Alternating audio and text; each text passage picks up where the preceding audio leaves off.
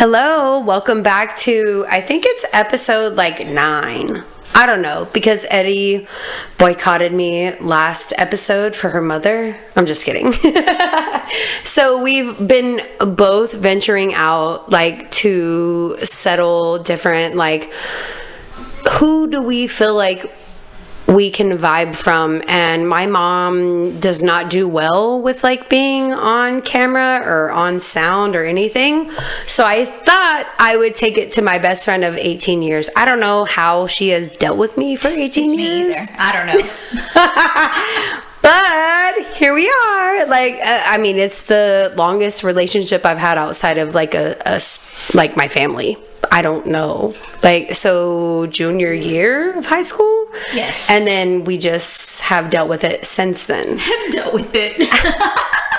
Or you have dealt with me since then. I don't know which way to put it. But I'm like, yo, how did you do it? What made you say, oh, let me continue to be this bitch's friend? I ask myself that all the time. I'm nuts. It's a long time to be friends with anybody, but we've done it. We've been there for each other through everything. We've seen each other get married. We've seen some of us get divorced. We've seen bitch, just me. Chill, not her. Our kids be born and our kids grow up together, and we've of course have had our ups and downs with any friendship that we've had, but we've always come back and realized we are here for each other no matter what, through anything. And I feel like it's hardly anything. Yeah. It has never been a full blown fucking I want to beat you up type fight. It's hey, I was thinking this way and now you're thinking that way. Let's come together. And fuck, it's been 18 and a half years. I'm yeah, you're literally my wife now. Right. We joke all the time that when my husband dies, we're just and if my ghost dies, which he already is, so we're good. We're just gonna move in together. We're on the same platform. With my mom not wanting to come and hang out, that's totally fine. I'm really excited that Eddie's mom wanted to be here and share her story. But the next person aside from me is Brianna. Me and Brianna met when we were almost 16 years old in high school, and now we're both 34. And to think about all the different tracks our life has gone, or turmoil, mine has been mainly my health, sepsis a couple times, cancer once, it's been my health. But for her, it's been her family. So when we were 21, it was her mom, and then it just her grandma, and then it just seemed to be a factor that I was just hey, I'm here for you no matter what. I hope that you feel the same way. But also, how are you navigating being a mom without your mom here? Because I don't know, I have nonstop called my mom. And Brianna's mom passed away when we were 21? Yes, 21. She passed away when we were 21. 6 days after my 21st birthday. Yeah, so I was 20, she had just turned 21, and we were both very close at that time. And whenever her mom passed away, I was just oh my God. I could never imagine having to parent as a mother without my mother. So I give her a lot of fucking props, because me and Eddie, we have talked nonstop about how our moms are our guidelines and they fuel us and blah, blah, blah. And with my mom not here to fuel me, this is my other main source. That's where I'm coming to a head, where I just want you to know that you're really appreciated for being a mom with no mom instinct. You had mom instincts because of your sister's kids, but without your mom being there for you to be Mom, I have questions. Mom, I need answers. I know you go to your dad about that, but dads, they're different. They're different. They're a different touch, because my dad will be if you can't duck it, fuck it. That's a country ass dad. A hard ass, where he's but he's not.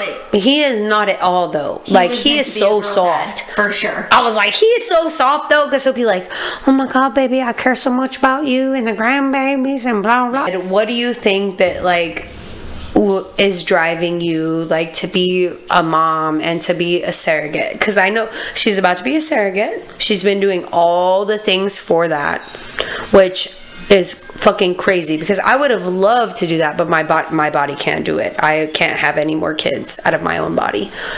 And so the fact that she can, I'm like, oh my God, Queen, what's the baby? Like, so she just had her MMR shot, and then we got to go back in November, right? Yeah, so we're in the middle of legal right now. I've already been matched with this great couple, and so, a husband and wife, no gay couple. Sorry, lesbians. Sorry. But yeah, so great couple. I did my medical clearance. Everything came back great with that. But my MMR antibodies or whatever was low. So they preferred that I got a booster shot. Which I was like, yeah, no problem. Whatever y'all want me to do. Like, this is y'all's baby. So whatever we need to do. The only downside is that we have to wait 3 months. Extra months, right? Yeah, for the transfer, which we're still doing legal anyways. So, like, it's kind of going side by side together. So November will be the earliest that we can do a transfer. I don't know for sure if that's when it will happen. Of course, depending on if legal's been done, where everything is at in cycles, whatever. But yeah, so I mean, as I said, I struggled to get pregnant with my oldest daughter. It took us 3.5 years. We had some issues on my side, some issues on my husband's side. That's where she's so fucking cool, though, because I was with my ex-wife and I did insemination. And so I got pregnant with both of my kids via insemination. And she's like, I'm fucking my husband all the time and we're not getting pregnant. Like, what the fuck? And I'm like, it's hard. Like, that, not I'm with like, you. I'm sorry. Like, Yeah. But she was still like, I love you. I love your babies, blah, blah, blah. And I had almost 2 babies before she had 1. Mm-hmm. And I was with a woman and she was with her husband. And I was just like, the fact that she could love me through that.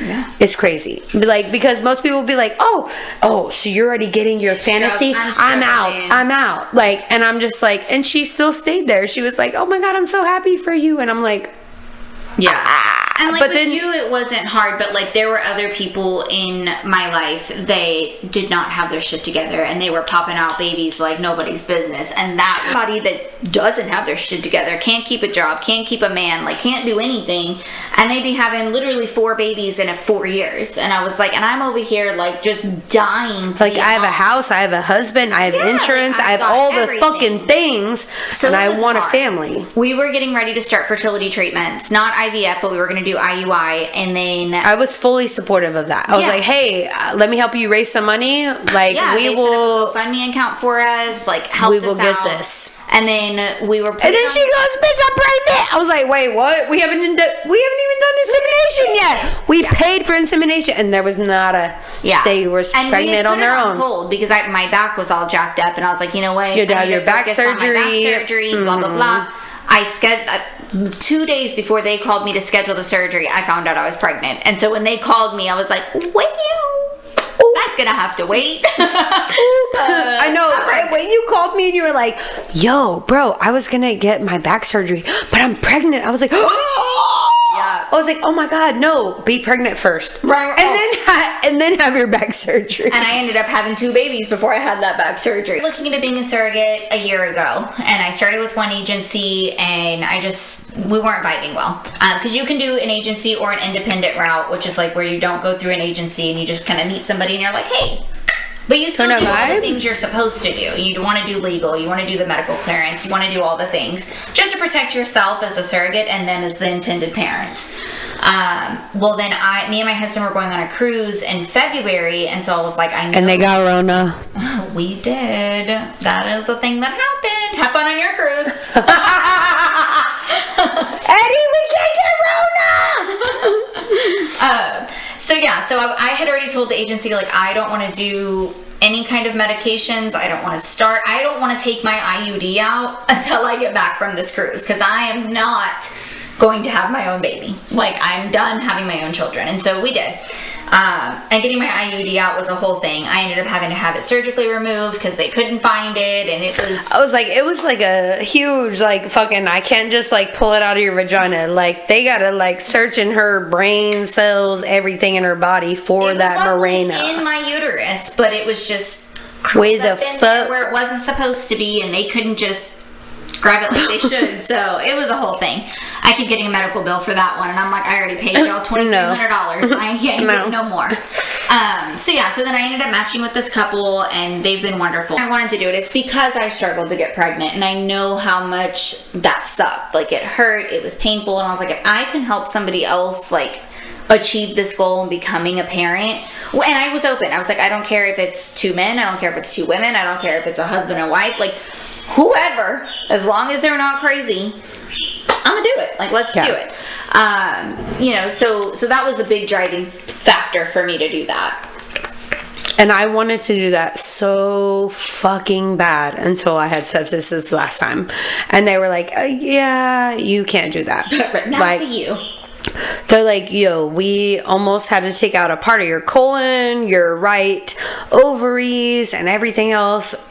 So just say no. I was like, no, that's how I was gonna get my tummy tuck. I was like, because I was thinking, I could be a surrogate at some point. Like, I have very beautiful, healthy kids. I'm like, all right, so I can do this. And then I'm like, nope. No, it's not. There's other plans. I was like, fuck. Well, I keep going back and forth because I love being pregnant. Everybody's like, you're crazy. But I did too. There was nothing wrong with me being pregnant. Except for Harper a little bit. I was nauseous. But besides that, I went everywhere. Yeah. And I like hugged my belly everywhere. Yeah. I love that shit. Yeah, no, I love being pregnant. And I'm like, man, please let me get lucky again. Like, don't let me get sick this time. It'll be a draw for everybody involved. We'll see what happens. And my husband's totally supportive of the surrogate stuff. He's like, yeah, whatever you want to do. He's like, 2 birds, 1 stone. You don't want any more kids. I don't want any more kids, but you like being pregnant and you can get paid for it. And you can get fucked while you're pregnant without being pregnant. Right. Since I've had my IUD out, I'm like, don't even look at me. Could give any advice to future mamas out there, like going through the most, like not just like being a mom without having a mom, but like, hey, keep doing it. Like, keep going about every day, and then all of a sudden you might, like how you turned into wanting to be, like, at first I could tell you were annoyed as fuck having kids, and then you're like, but I want to be a surrogate now, and I'm like, yo, like, so what made you like change your perspective from being like, I'm so annoyed like having my own kids and like being 100% mom to I could get pregnant and I could give a life to somebody else? Yeah, I mean, I still get annoyed. I mean, I don't ask any mom. They're all gonna be like, my kids get on my damn nerves. Yeah, 100%. But the thing is it's okay to take a break. Like, that's what I tell my girls when they're like, oh, you're going to hang out with your friends, or I'm like, look, anytime she hangs out with me, the girls are like, but Aunt B loves us, so why can't we go too? And she's like, well, I didn't even tell them that your kids were here because they were going to be like, that's not fair. Nope, no kids are there. I don't know where everybody's kids are, but they're not there. But no, like, it's okay to take that break. And like, that's what I tell my kids. I am a better mom if I get a break from you. Because if I am with you 24/7, I work from home, and so my kids are with me all the time, unless they're at school. So like all summer, they were with me. Literally, I work in a guest room of ours, and they were laying on the bed. And I'm like, y'all got a playroom, you got a bedroom, you got the whole ass living room to be in. Yeah, TVs galore. Leave me the fuck alone. Right here. So anyways, I tell them I am a better mom if I take a break. If I don't get a break, then I'm frustrated and I'm overwhelmed and I'm overstimulated. And I have to tell them, because my kids, I joke with them all the time, they would climb inside me if they could, because they are attached. And I'm like, guys, I need you to get off. I have a bunch of family who is like, poor Brianna, her kids, her daughters want to like crawl in her skin, and like no other kids are like that. I was like, well, I don't know. It means that like they fucking love her and trust her so much that they are just wanting to be around her the entire fucking time, which is so amazing. And my mom's like, but at the same time, poor Brianna. I was like, yeah, I mean, literally, your sister Allie was like, do you ever get touched out? I'm like, all the time. all the time. If I'm my mom goes, poor Brianna, tell the girls to come to my house so that she cannot be touched on. I was like, well, they just went back to school. Right. So she's about to feel way better. Yes. Yeah. And I mean, you know, part of me, like, as annoying as it is and as frustrating as it is, I'm also like, you know what? Like, I know I'm their safe space. I know that, like, they trust me. They believe in me. So if anybody ever wants to come around and be like, your kids, you're not taking care of them, ask them. Ask them who takes care of them, because I promise you, that's whenever when CPS came like crawling around my house, and my kids are like, what? We sleep with our mommy literally every night. I was like, they are the reason I don't get laid, bro. I'm like, they lay in my bed. Like, I have nothing. I'm like, you're like, that's the reason me and Omar don't be fucking, because our girls. I'm like, no, I've been telling her for like 2 years. I'm like, bro, retire them to their room so you and your husband could be fucking. I put them in. She's like, I do. I put them, but then like 2 hours later, they're in my bed. I was like, well, then within those 2 hours, y'all better be fucking. No, that's the time I She's like, no. She's like, no, I'm watching a show. I'm taking a bath. I'm like, Brianna. For real. That bath time is serious. Okay, we got the bubbles. I told him, I'm like, we need to put a TV in here. He's like, if I put a TV in here, you would never leave. Literally. He'd be like, nah, I'm good. Yeah. No, so I mean, like I said, I would not change my girls for the world. As frustrating as they get me, I'm like, why y'all gotta be so hard to parent? But then I'm like, you know what? One day they're gonna change the world. They're gonna do something amazing. Hopefully it's not leading a prison gang. And it's like doing something That's good. a lie. That's a fucking lie. Spicy nice. That's a fucking lie. Your oldest is gonna lead the cartel. I fucking swear to God. No. Her oldest daughter, Juliana, she's gonna lead a cartel. At some point, she's gonna be like, "Ambi, let's go to Mexico." I'll be like, "All right, let's go," and then she's not gonna come back.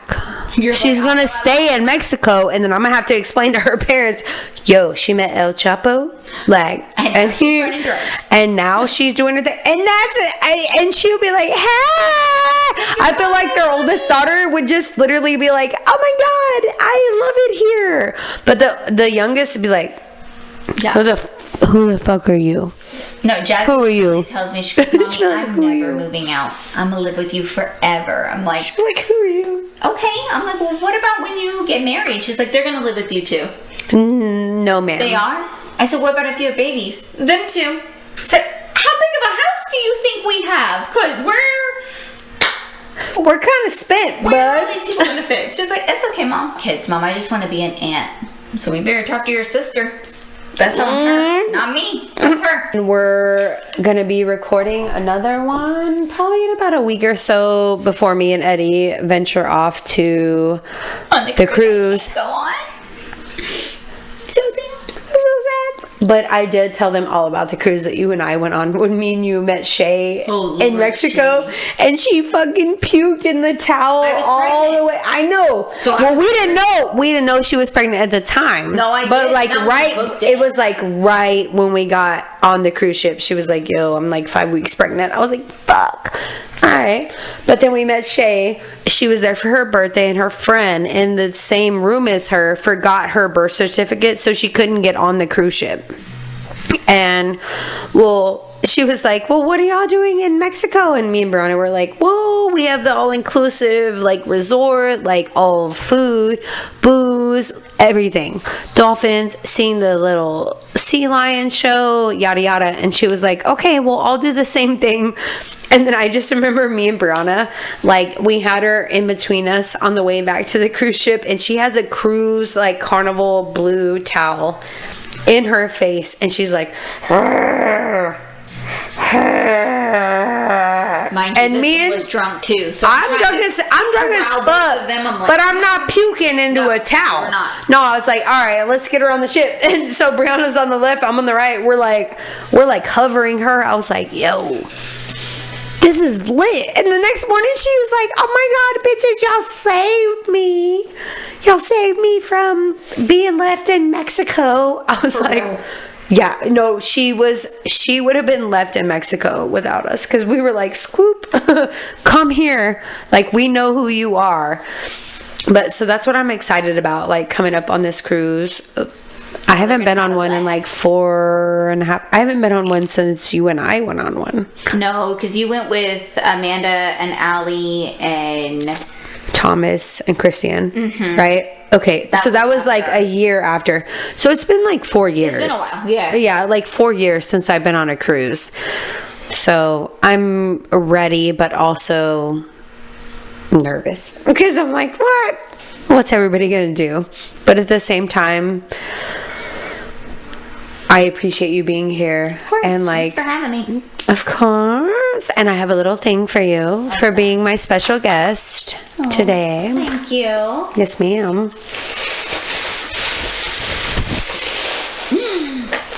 Oh, hell yeah, bitch. You know I love Starbucks. That's the weight of my heart. Thank you. The Starbucks cup with a little gift card in the middle. You're welcome. Thank you for being my special guest. Of course. We appreciate you. If you give me coffee, I'll be your guest anytime. Yes, but until next time, thank you guys for watching us. Yes, thanks, guys. We appreciate it. Bye. Bye, guys.